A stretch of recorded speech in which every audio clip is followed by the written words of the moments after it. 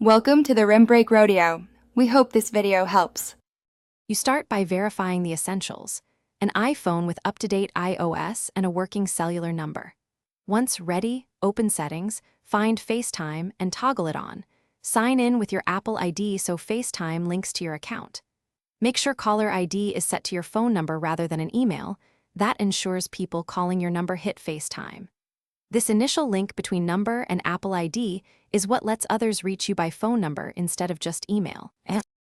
Now place a FaceTime call using the link number. From the phone app, pick the contact or enter a number, then tap FaceTime Video or FaceTime Audio.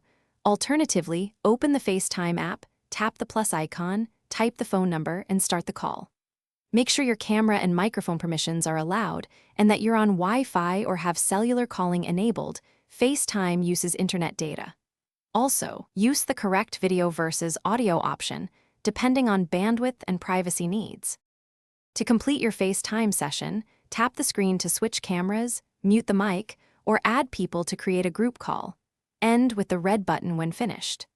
SharePlay and screen sharing are available if you want synced media. If the phone number won't register or calls fail, toggle FaceTime off and on, sign out of your Apple ID and back in, restart the iPhone, and confirm SMS activation with your carrier. That single troubleshooting step often restores number-based FaceTime. Thanks for watching. Consider subscribing if we helped you.